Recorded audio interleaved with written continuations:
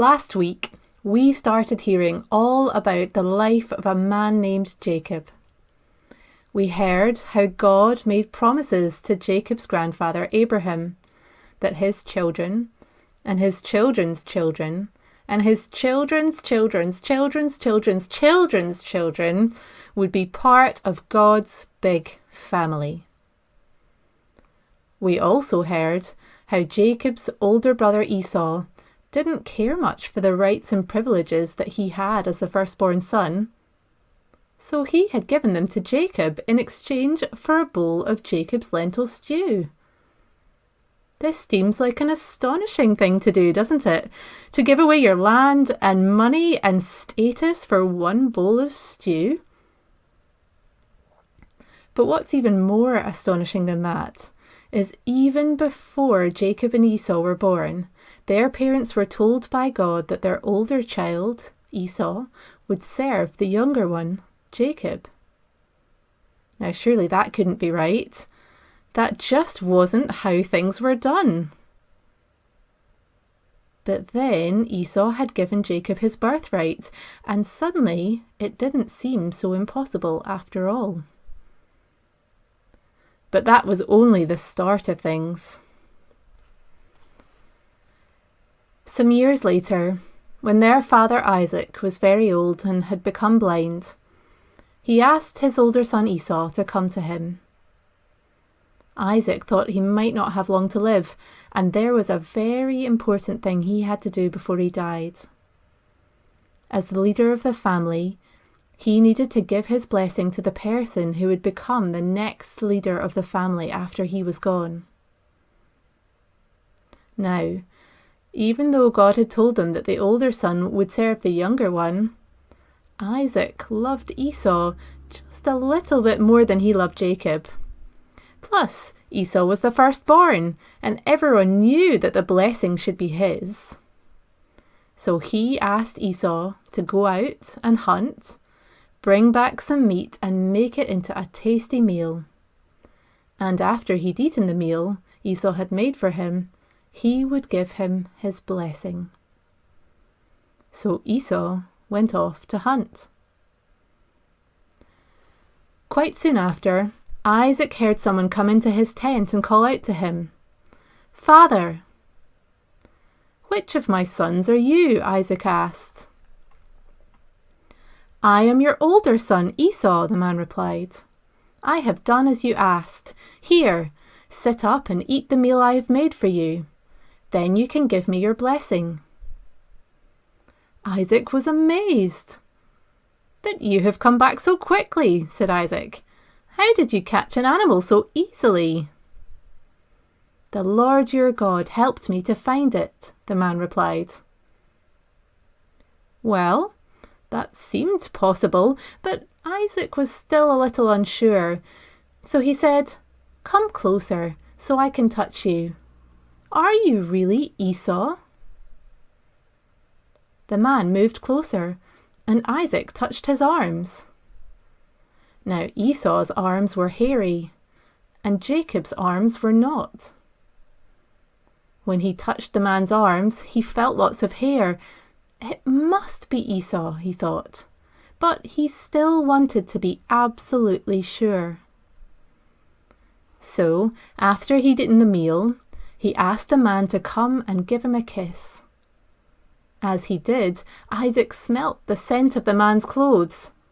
They smelled exactly like his son Esau's clothes, who spent all his time outdoors hunting.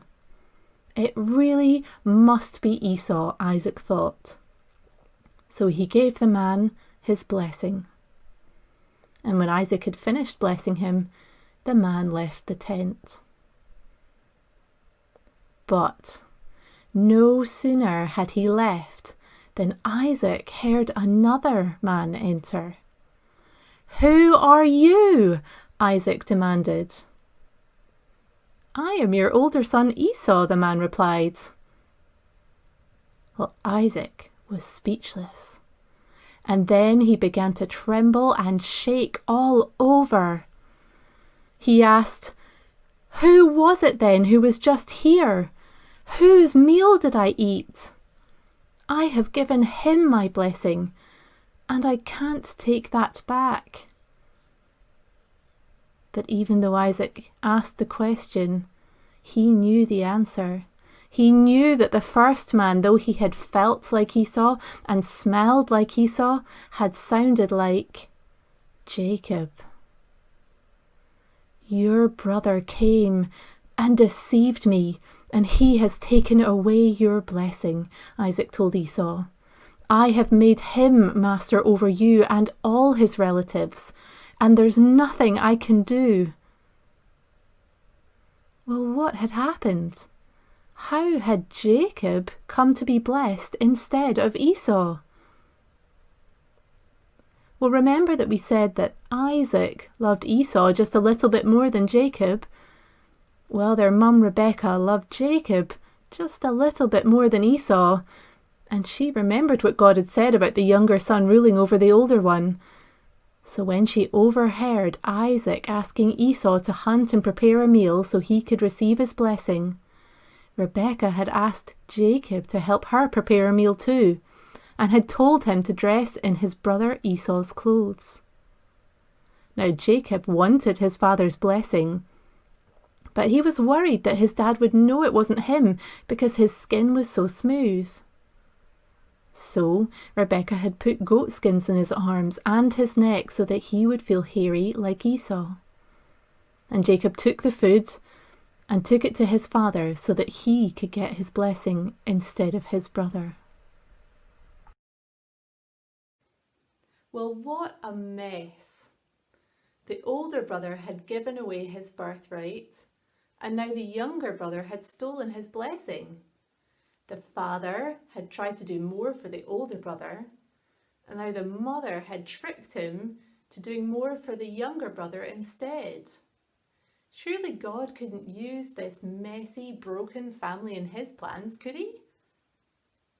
But he did. As we heard last week, one of Jacob's many times great-grandchildren was Jesus. And through Jesus, we are all now part of God's big family. So on one hand, this story can be quite difficult to hear because of all the poor choices and hurtful things that Jacob's family did to one another. And they had to live with those consequences. Jacob had to run away because his brother was so angry with him. But on the other hand, I think it's wonderful to hear that God uses broken, messy people in his plans. Because I'm broken and messy too. In fact, we all are, despite our best efforts. So it's amazing to know that I'm not too messy for God, and I'm not too broken to be part of his family.